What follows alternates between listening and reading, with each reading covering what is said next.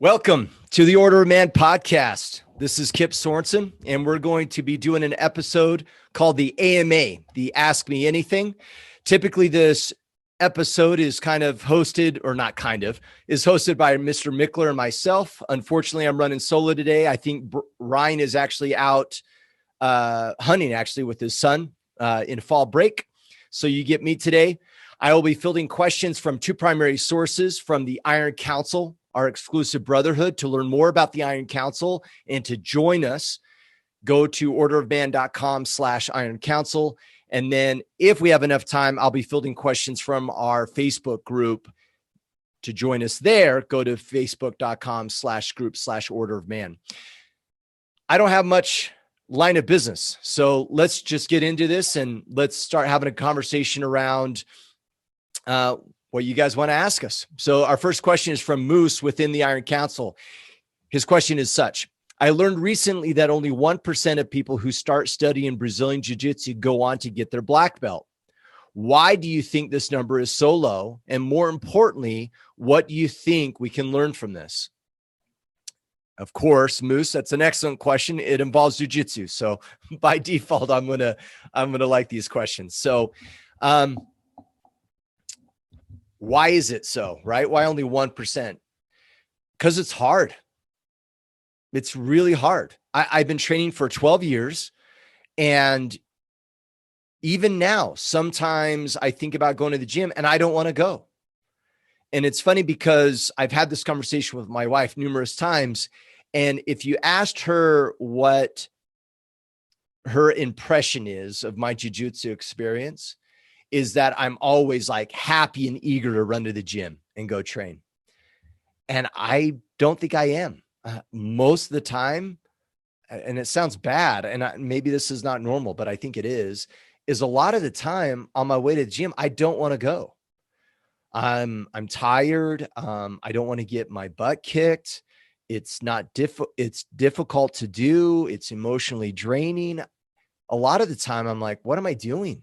Why am I doing this? Now, with that said, do I ever leave the mats and say, oh, that was a waste of my time? Rarely. Most of the time, I'm better for it. I'm in a better place. I'm in a better state of mind. I feel great physically. I never, or I shouldn't say never, most of the time, I never regret it.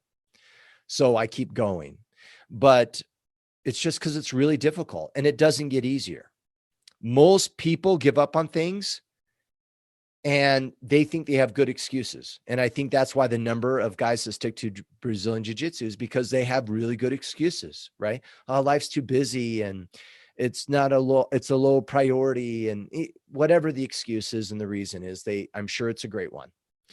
And I think it's a kind of a tall tale sign that most people give up on things, and they give up on them because they're too difficult to do. And Jiu-Jitsu is a perfect example of something that's very difficult to do.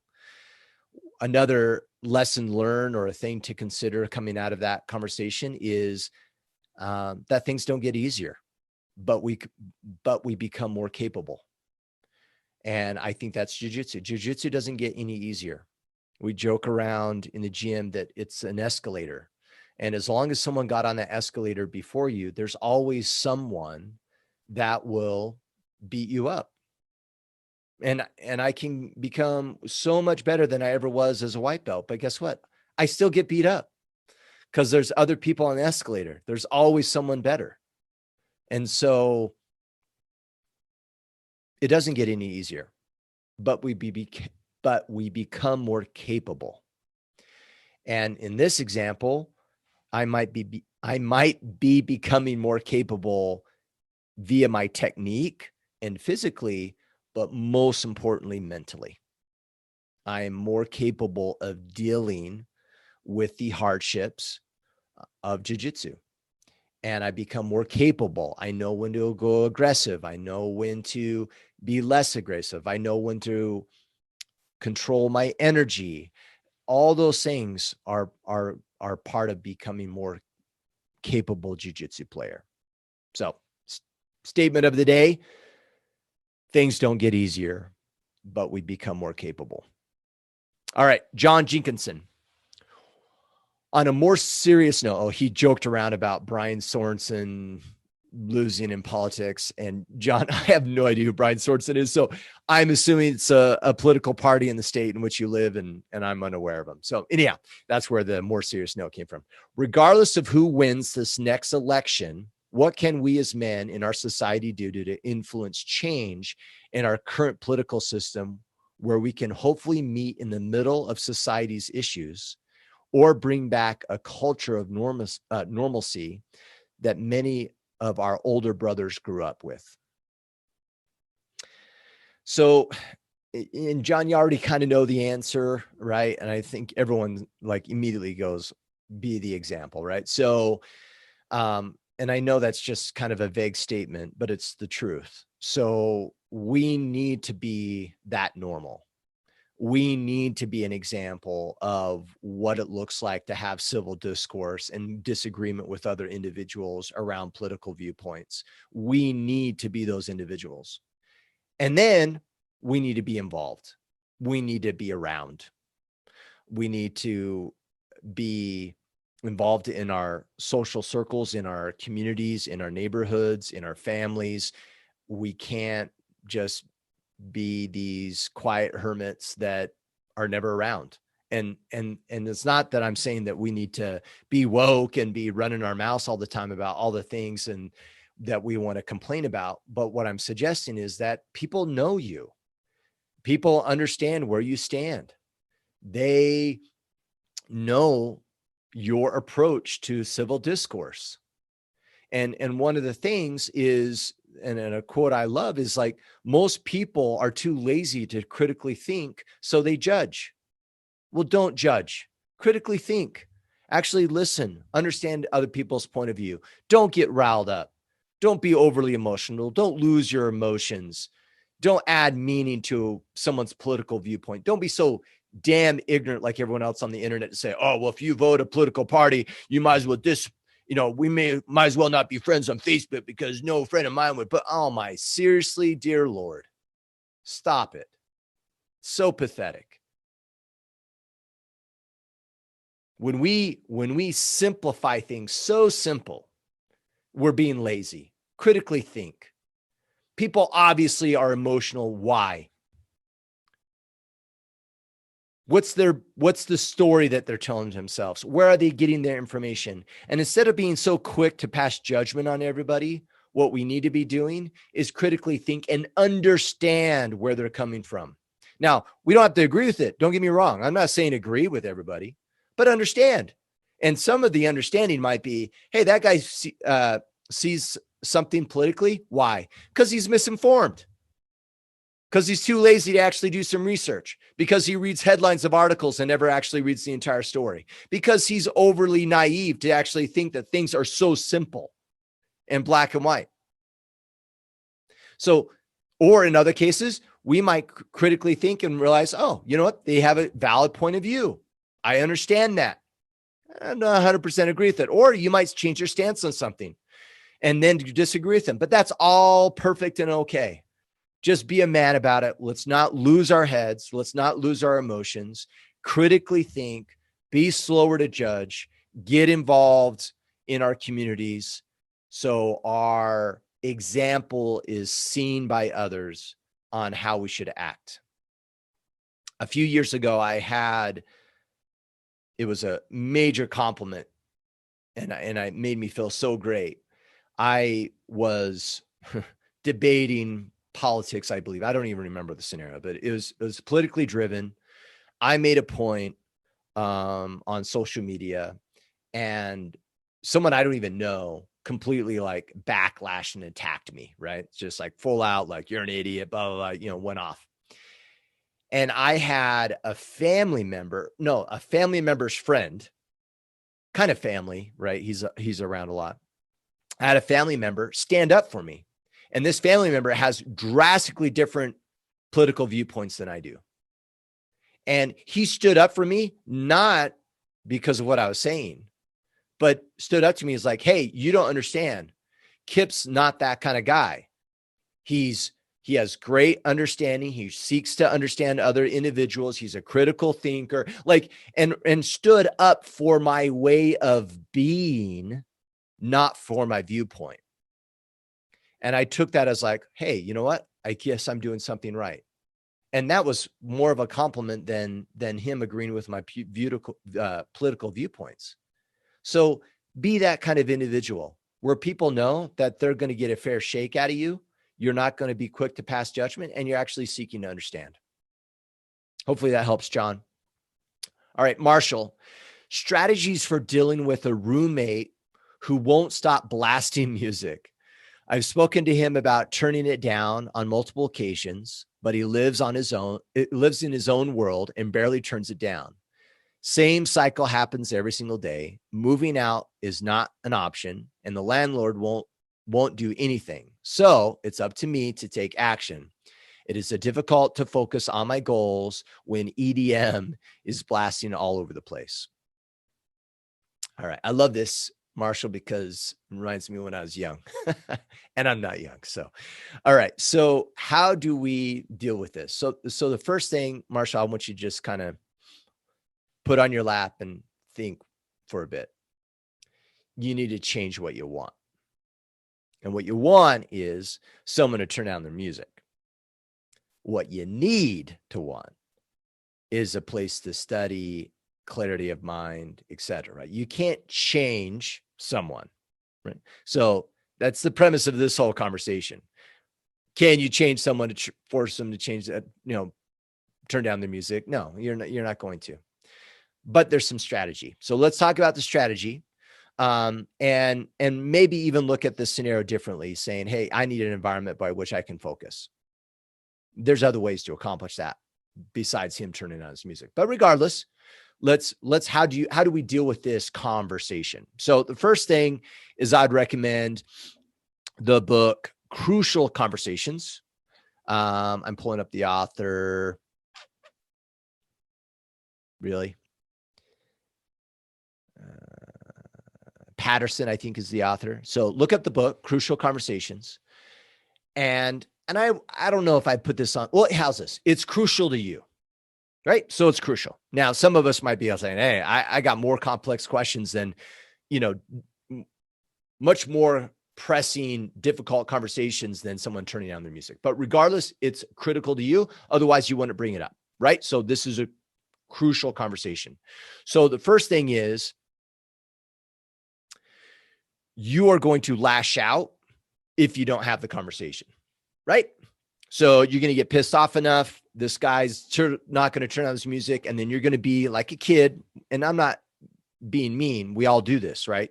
When we don't get our way, we lash out in a nonverbal way. So keep in mind that you're going to, by not dealing with the issue, it's still going to be an issue. Right. So there's no just like avoiding this. So you need to address it. Now, one of the things I would start with is you need to have a relationship. Like, why would he even listen to you or honor what you're asking if you're not even have a relationship with the individual? So I would focus on creating a relationship where you could have a dialogue, have opposing views, and have a conversation around it. And it might be as simple as just getting to know the guy, period. Right? He might have a negative opinion about you as an individual, and you just saying, hey, here's some logic of why you need to turn on your music. Well, who gives a crap, right? So it sounds like you need to better your relationship with this individual. And this goes for all of us, right? If we want anything from anybody, having a solid relationship with them is what's beneficial. And part of this, and I'm not saying, like, I'm hesitant to say it this way, but play the game. And I'm hesitant to say the term play the game because people will think like, oh, right, we're just like manipulating and pretending. No, actually, like, get to know the guy. And it benefits us to have established relationships, whether it's at work, whether it's in our families, whether it's in-laws or anybody else. So establish a relationship. And then once that relationship is a little bit more established, I would have the conversation, right?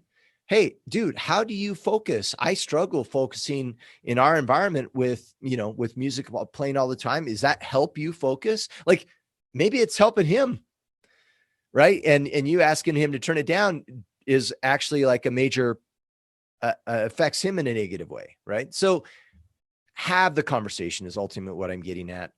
You need to establish trust in crucial conversations. If there's no trust, then why would I even listen to you?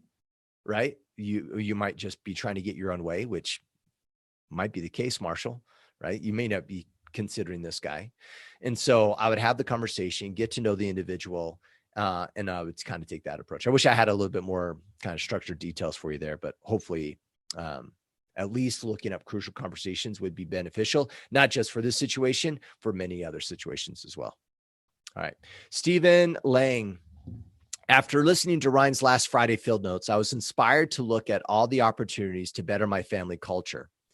As a single dad now, I'm striving to lead my children the best I know how, creating an environment of trust, caring, and joy in my home. My question is, besides leading by example, should I be looking for ways to lead my ex-wife when it comes to our kids? I do not want to tell her how to live her life. That obviously wouldn't go over very well. The goal is to better my family culture and my kids' lives. So, Stephen, first off, I agree, right? First off, good job. Everyone else, last Friday field notes, Ryan talked about building a positive culture, a family culture, right? And talks about an ethos, what values guys live on, and some strategies on what you can do to help build that culture. Check it out. Subscribe to the podcast for those episodes. Now, and hats off to you, Stephen, for taking initiative and actually doing this.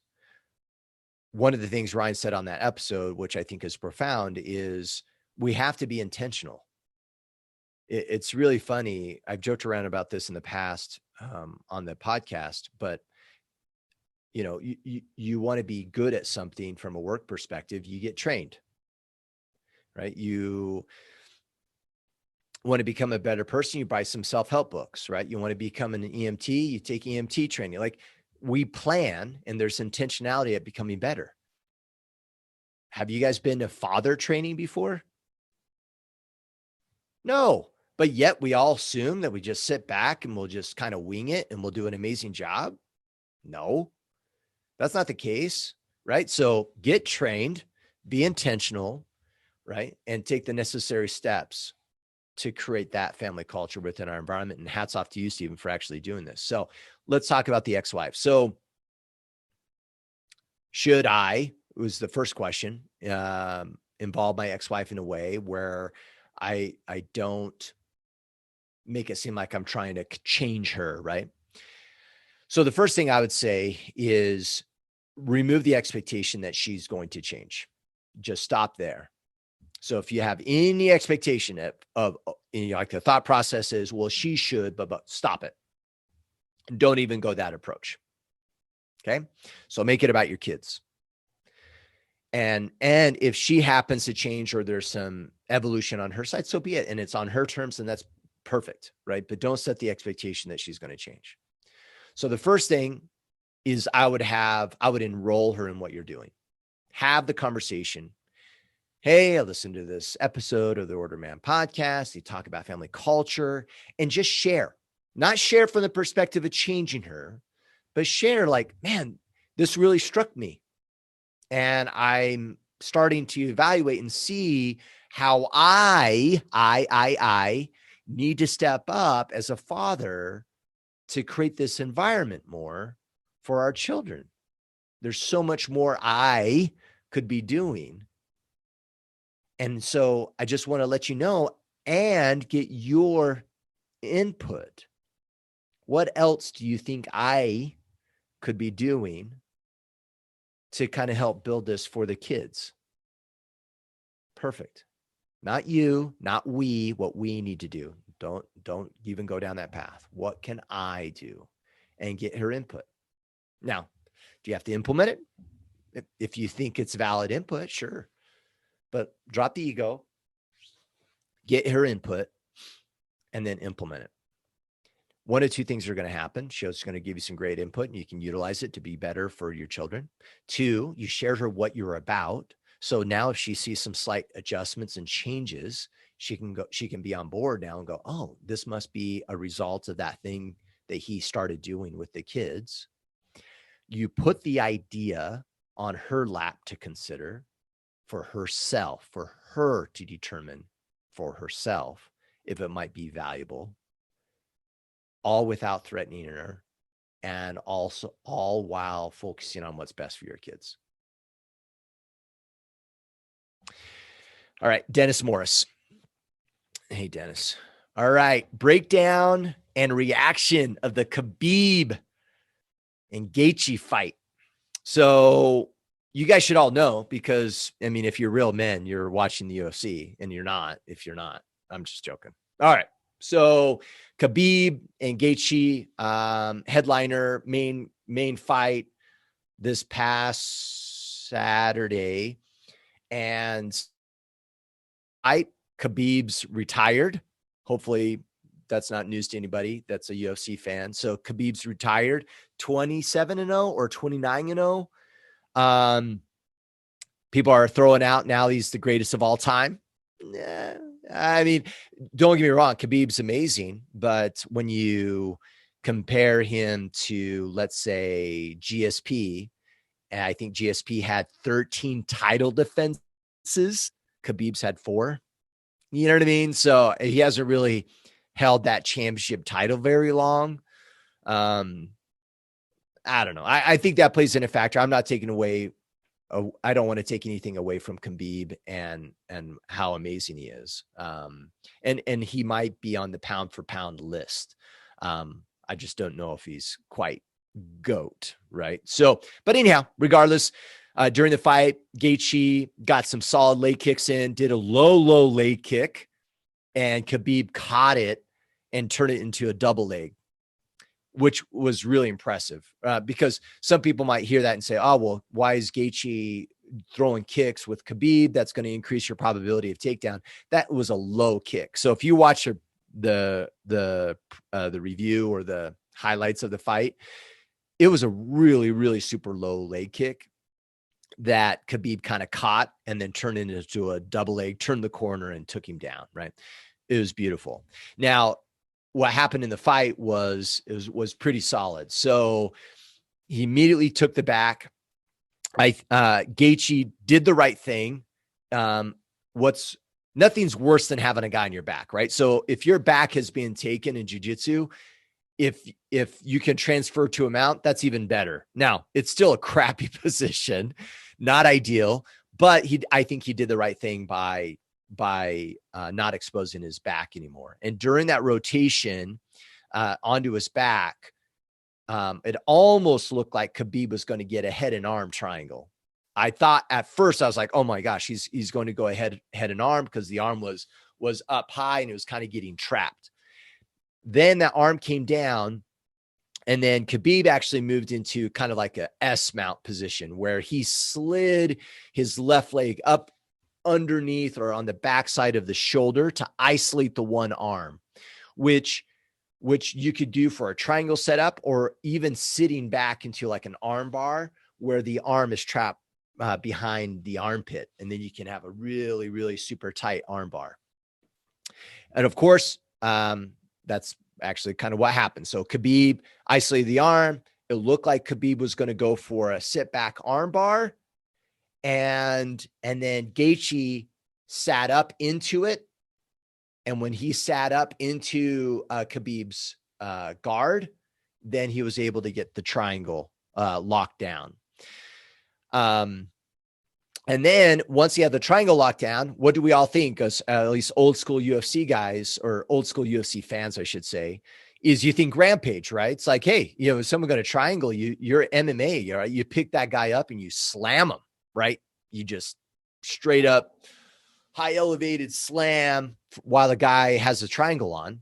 But Khabib, being brilliant, underhooked the leg. So with the available arm, underhooked the leg. Gaethje went to go lift up. Immediately got paused because he had the leg underhooked, locked in the triangle, didn't tap in time, and was put unconscious. It was beautiful. Now, Des, I don't know what the breakdown, like, I mean, my reaction is, I mean, it's pretty solid setup. I was actually thinking in my mind, like, okay, where did Gaethje go wrong? And the only thing I mean, you know what I mean?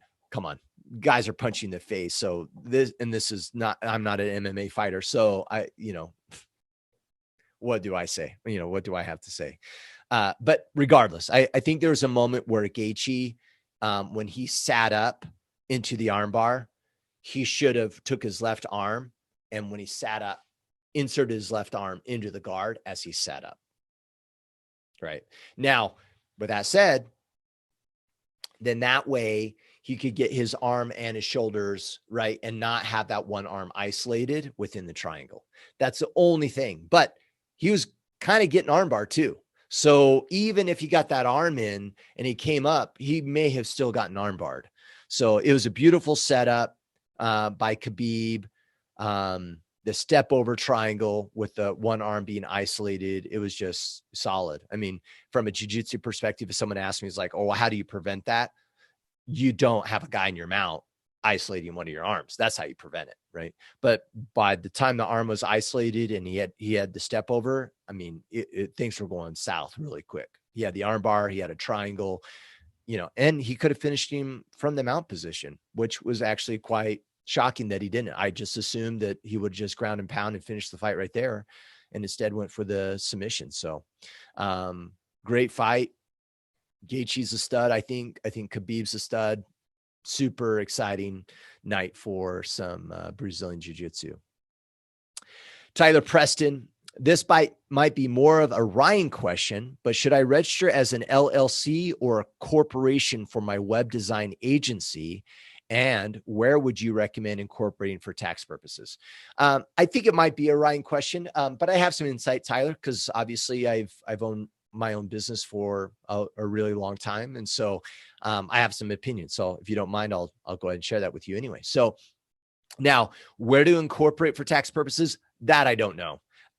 Every state's going to be different, and certain states are going to have other benefits, right, from a tax perspective. So, and I think, I don't think you could just incorporate in any state. So I think you have to be doing business in that state. You have to register the name in that state. The name has to be available for that particular business. Like, there's more at play than just like, what's the best state to register in? I think you actually have to be like, have an office in that state or be doing business in that state, or I don't know. And I don't know all the definitions around that. Now, how to register? I know the answer. And the answer is an S Corp.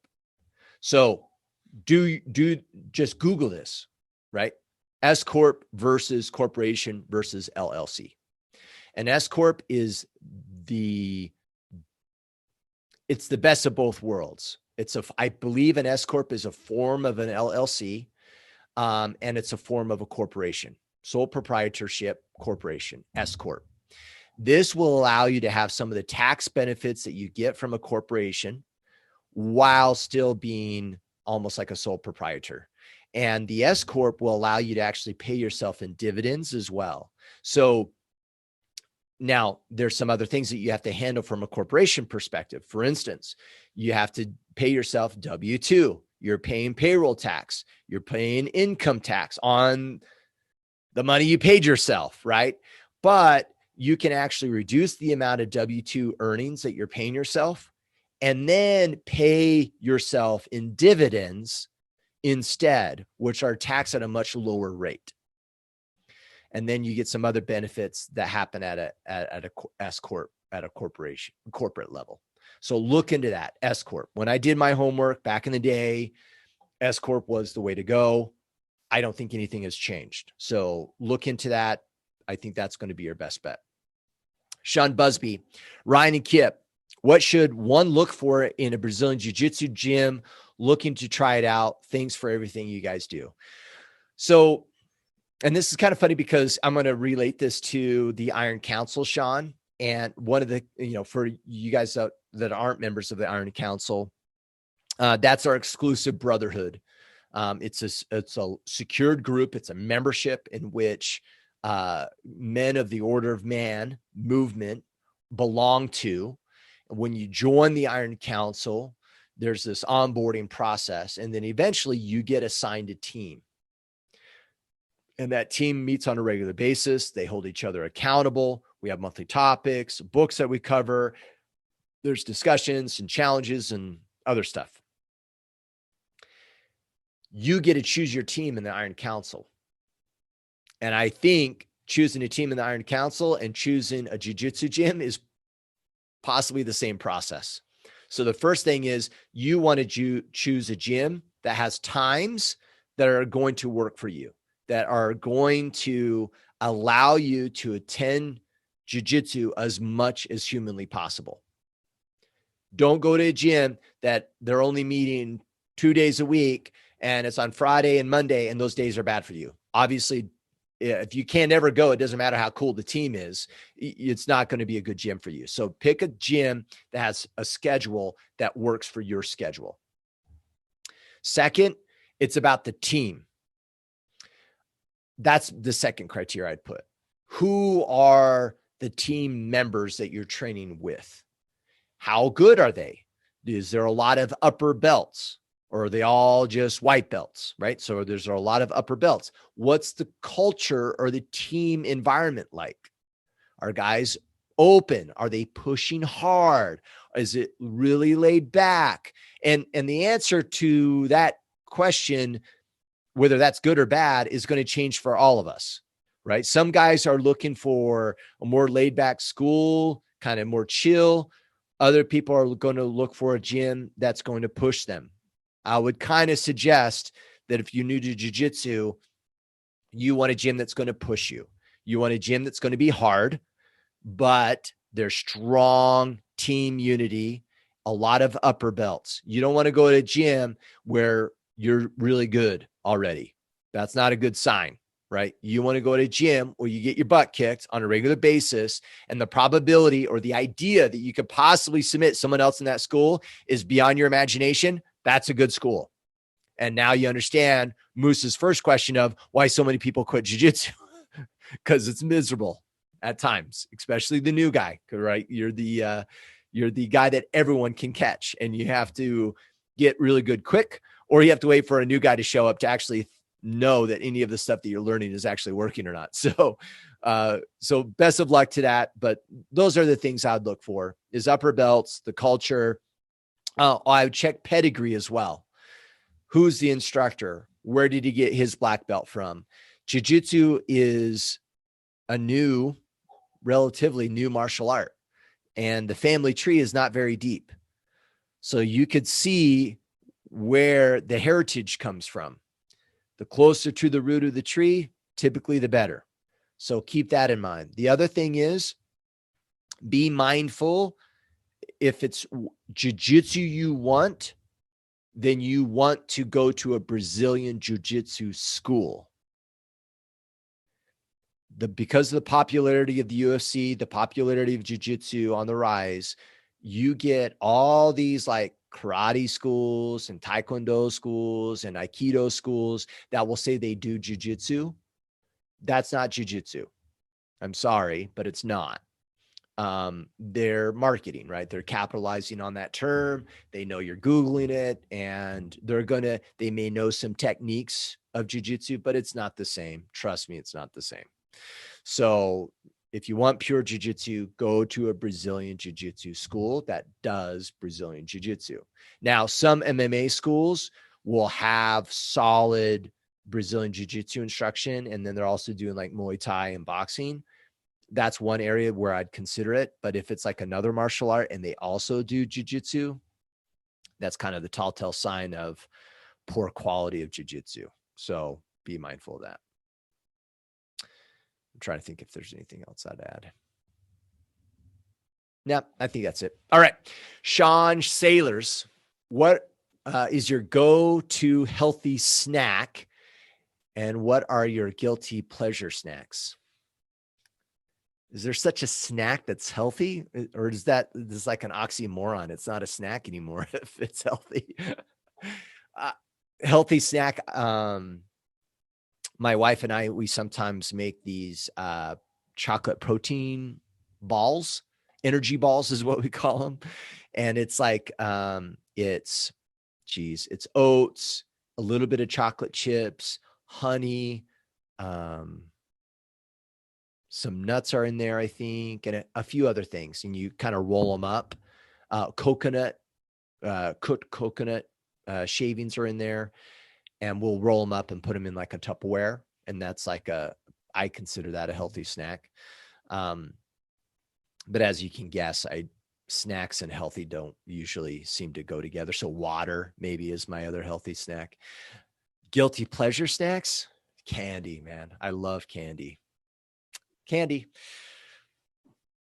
Now and laters, Laffy Taffy, Starbursts, like gummy bears, the candy that's not even like food. It's like a chemically created plastic that's flavored and is chewy. That's kind of really bad. Not just like unhealthy, but it's like not even earthly. It's chemically created crap. Oh, it's so good. In fact, after this, I'm going to go eat a bunch of candy. Okay. Moving on. Primate ball. If you're in a conversation where the other person is on a bit of a tangent or rambling, what are some ways to bring the conversation back to the intended direction, assuming you already agreed upon it in a firm and polite manner? So Pramit, the part of this I struggle with because this will make sense once I explain everything. But the part of this that I struggle with is in a firm and polite manner. So by making it firm, you've already made it too serious, I think. And I don't know the conversation, right? So, I mean, I don't know, take it for what it's worth. There's probably more to this than obviously that I'm understanding. But when I think of someone that's constantly going on a tangent, right? And I try to, I'm talking to a buddy about something serious and I'm having a conversation and he goes off on a tangent, rambles about something else. I would joke around. I would be like, dude, what are you doing? Stop avoiding my question. The question is XXX. Why you keep changing the subject for? Like, I would joke around about it. Like, be lighthearted about the scenario that they keep creating tangents and rambling about other things. And then if I need to be a little bit more serious, then I would express the importance of why it's serious. Hey, really quick, let me interrupt you. I'm really sorry. However, my original question was X, and this is really important to me. Like, I really want to have this particular conversation because this, and this. So, and I don't want to diminish what you're saying, but I really want you to have that conversation with me because of why it's so important. Otherwise, I just kind of joke around about it and call them out in a lighthearted way that, why you keep changing the subject for, right? Are you trying to avoid this question? What's going on? And so, but that is a less firm, less serious approach. If it's really serious and it's a very difficult conversation, then I would back up and I would enter the conversation preemptively, Pramit. In the past, some of the times when we have a conversation, it seems you have a tendency to change the subject or go on tangents. And what I want to talk to you about today is really important to me. It's really important I get your input, your feedback, or hear your suggestions. And so I want to ask you to try not to get on those tangents. And if it's okay, when you do, I'm going to interrupt you and help you stay on target because I really want to address whatever it is that we're talking about. All right. Ryan Navratil. I've had a hard time recognizing and celebrating my wins. I think about how much farther I still need to go to be the man I want to be. I tend to view the actions I'm taking as just what I ought to be doing and nothing special. How do you recommend keeping a balance of your progress, but allowing yourself to identify and celebrate a win? Okay. So there's kind of two questions. You didn't ask two questions, but I want to address the first statement that you said. And the first statement that you said is, I tend to view the actions that I'm taking as just what I ought to be doing and nothing special. They make it special. Like, be unreasonable. If you need to shake it up and you're kind of in a little bit of a ditch and complacency and you're constantly doing the same things over and it's just not like firing you up, do something that's going to fire you up. And it's going to be in that space of unreasonable, right? You're going to have all kinds of reasons and excuses why you shouldn't. Like, oh, I can't do that because of my schedule. No. Do it anyway. Find a way. Do it. Figure out what that something special is. And that might spark a new mode for you and a new way of being to kind of get you fired up again. So then that way, the actions that you are taking feel in line with the man that you want to become. It's really important that they're aligned. And sometimes we get in these repetitive processes and complacency. And I think one of the best ways to do that is to be unreasonable. So your shape isn't working. Let me just give you an example. I'm doing my daily workouts and it just doesn't seem like I'm getting to a point where my fitness is better. Sign up for a marathon. 6 months from now, sign up. Crazy unreasonable. Just do it. Sign up for a triathlon. Sign up for an MS 150. Like, just do something crazy. Always wanted to do martial arts. Sign up for a karate class. Even if you're like, oh, I don't know if I have the time. No, just do it. Second, how do you recommend keeping a balanced view of progress, but allowing yourself to identify and celebrate the wins? A lot of this is the after action review and having a battle plan in place, right? We have areas within the battle plan process that allows us to celebrate wins. There are checkpoints. Every 4 weeks, you evaluate. Are the tactics that I'm doing meeting my objective? At this point, I should reach this measurable point. Am I? I am. Awesome. Continue on. Next checkpoint. Have I progressed? I have. Awesome. Continue on. At the end of the quarter, you should feel a sense of accomplishment. If you haven't, you failed on the tactics. So you shouldn't be celebrating. So have the battle plan in place. Use those checkpoints at the end of the quarter, see where you've come from, what you've accomplished, and celebrate in that moment, and then move on. The other thing is, I think it's really important too, is celebrate where you've come from. And one of the best ways that I think you can do this is by journaling. I read past journal entries and I'm just like, oh my gosh, I have grown so much. And it allows me to see where I have changed and evolved in a very positive way. So journaling is one of those. A gratitude journal is a way to keep us kind of celebrating our growth. Although a gratitude journal is usually not just about you. It's about things that you're grateful for. And it might be other things outside of you, right? But create checkpoints, measurable results, hold yourself to results, and then celebrate when those results come. And guys have strategy around this too, right? I've read in multiple books where, when a goal is met, that's maybe, if there's something that you've really wanted to purchase or own, maybe you can't buy it until the quarter's over and you've reached X and X goal. That's a way of celebration. Another way is enroll other people. And this is, you don't want to cast your pearls before swine. That's not what I'm recommending. But what I am saying is tell your family what you're up to. Tell your wife what you're up to, what the goal is that you're trying to accomplish. Have measurable results. Show them what that looks like. That's good for them. But it's also good for you because now you're going to have some built-in accountability. If what you're about, your team within the Iron Council, they should know what you're about. And when you accomplish it, it's not just going to be you celebrating. Multiple people will be celebrating your accomplishment. So enroll people, have the conversation with other individuals, share what you're about. That will also help you ensure that you're celebrating, but also focused on improving.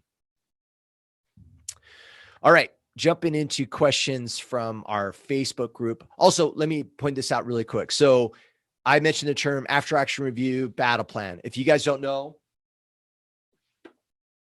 what I'm talking about, so first off, read Ryan's book, Sovereignty. It'll talk about the battle plan process, creating a vision. Also at store.orderofman.com, you guys can purchase the battle planner if you're kind of a paperback or physical written out goal kind of guy. And then also you can sign up for the Battle Ready program at orderofman.com/battle ready. All right. Couple more questions and then we'll go ahead and wrap up here. So Russell Christianberry, how can I get my wife to understand that it's not just myself that needs to try and learn from a non-biased source about how to become a better man/spouse, and to encompass that meaning into more productive lifestyle, not only for me, but for both of us and the future of our family.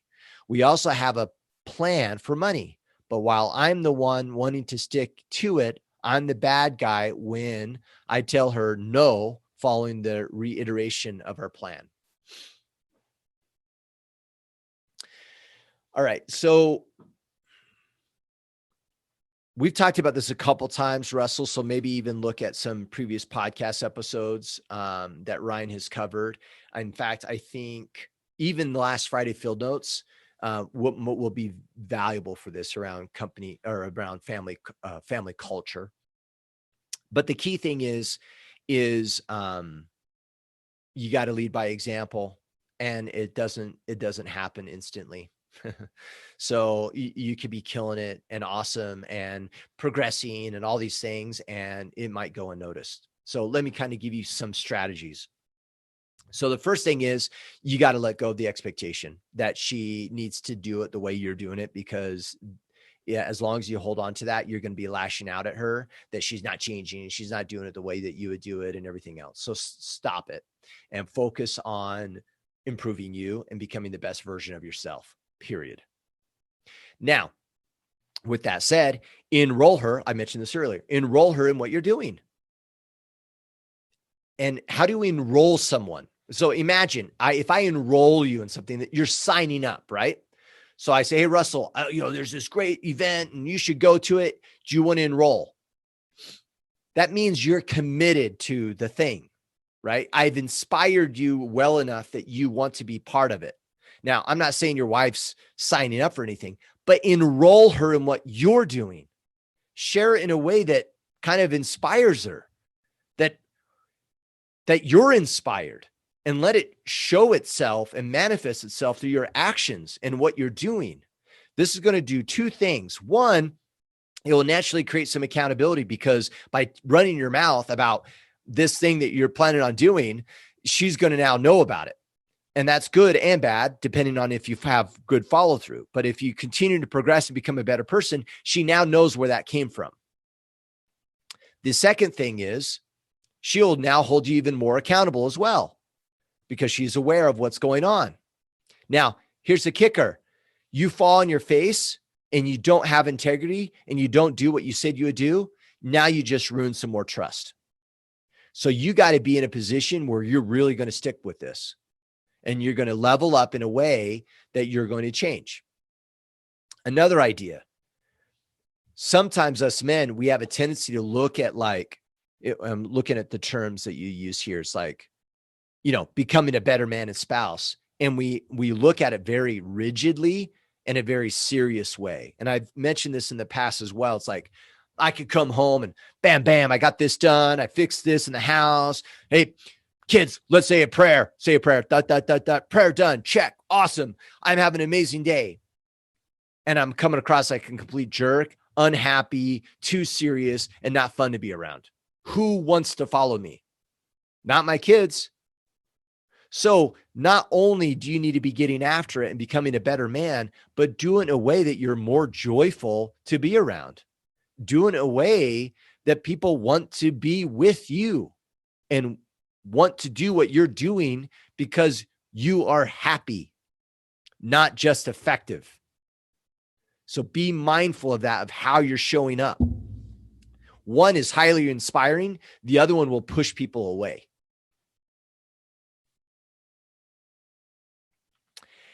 On the money plan, ask for their input. In fact, you could throw input on both of these. Ask for their input. What do I need to be doing to become a better spouse or a husband? What do you think we should be doing to manage our budget better? Get buy-in. Get them bought in and committed to what you're doing. Their willingness to commit and follow through is going to drastically change if they had a say in the matter versus you just having the perfect plan and telling them what it is. And I'm not sure if you're doing that or not, Russell, but those are ideas. Okay. All right. We'll do last question, then we'll wrap up. Greg Lewis. Stroke at 32 changed my life, took me from physically handy and capable to physically disabled and unable to hold a job. I am doing all I can in the household while my wife is taking a full-time job. How can we and I be better communicators and get on the same page? The last 5 to 6 years have been really tough. So Greg, first off, I can't imagine. So you obviously have a difficult situation. And when we have difficult situations, we also have an amazing opportunity to be inspiring. And so I just feel like I should say that I get that your circumstance is tough. I'm sure it's difficult on your wife. But also what an opportunity that you've been granted to allow people to see your way of being as an inspiration of how we can rise up regardless of our circumstances and doing amazing things. And when you do that and your wife does that, it provides me no excuse for not doing that in my life. And now it's on the back of your tough circumstance, but nonetheless, it can be inspiring. So kind of keep that in mind. So back to earlier, I mentioned in the book, Crucial Conversations, we're like children, right? What doesn't go communicated, we lash out about. And so and you already know this because you're asking, how do we become better communicators? But I just want to reiterate, it's super important that you're communicating. When we don't communicate, we communicate subconsciously, right? You slam doors and you're pissed off and it's on your face and it's in your heart. You're just not saying it. And when we don't go from the perspective of communicating with other individuals, sometimes we'll make, not sometimes, usually most of the time we'll make matters substantially worse than they are.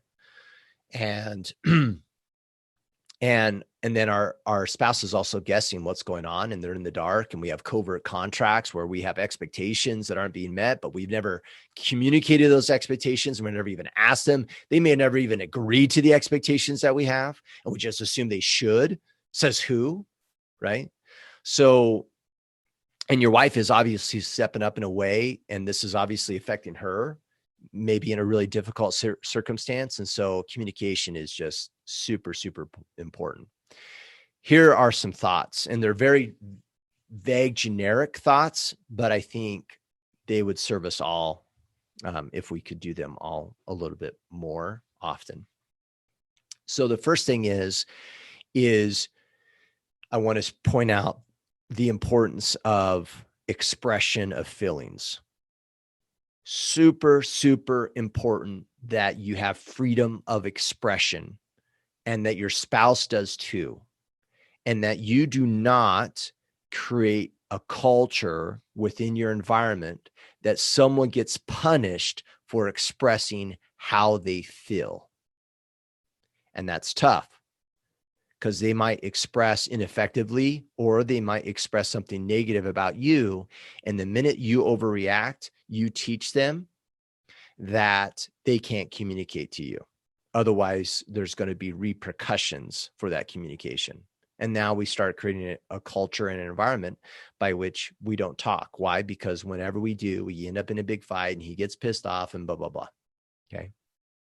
So you need to allow freedom of expression to occur. That's number one. Number two, watch how we communicate. When we communicate to our spouses, our significant others, or someone else, we need to be communicating our interpretation as though it is an interpretation and not a fact. We don't do that, right? By default, we don't do that. Everyone doesn't do it. If my spouse does something that's difficult or bothers me in some way, the typical communication that all of us have that we bring to the table is, I hate it when you always blah, blah, blah. Holy crap. I hate it when you always.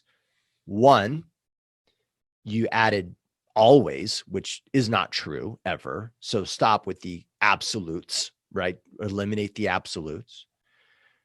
And then be present to the story versus the fact. And it's okay to communicate the story, but communicate it as a story. So for an example, honey, I want to talk to you about something. And this is super pathetic example, but I can't think of anything else. Honey, I want to talk to you about something. And you could be preemptive, right? My fear is that by communicating this, you might be upset. And so I'm trying to be really intentional with how I express it. And I'm not asking for you to change anything, but I want to be able to express how I'm feeling really quick. And she'll say, okay. Earlier today, when you didn't hold the door open for me when we came in from the house, I interpreted that as you not being mindful and thoughtful about my feelings. And I interpret it as a sense of you not caring. I'm sure that's not the case, because the fact is you just closed the door. That doesn't mean anything. I get that I'm adding meaning to it, but I wanted to let you know. And and it kind of triggered me a little bit. And that's kind of why I'm upset right now. Just wanted to let you know. The story, we didn't accept the story as truth. We got to express our emotions so she understands where we're coming from. And now she has the freedom to determine for herself what she might do next time. I'd even ask her, hey, honey, can you keep the door open for me all the time? Because I hate it when you do that, because it always pisses me off, blah, blah, blah. No. She can actually have the freedom to say, hey, you know what? That's not that big of a deal. I don't mind. I'll keep that door open for him next time or whatever. Like I said, bad example. That's non-threatening because you're just sharing your interpretation. And Greg and everyone else, I would assume that most of the time when we are upset and we need to have a crucial conversation, it's coming from the place of our interpretation of the truth and is a story. And in most cases, that story is not true. And those difficult conversations fall flat on their face because we choose to make those stories true. And then we project them on our spouse and make them wrong for your interpretation. Don't do that. Realize that it's a story. Realize it's your interpretation. And just communicate it. And maybe, are you ready for this? Apologize for it. Honey, I'm sorry. What for? When you closed the door earlier, I totally interpreted that as you not giving a crap.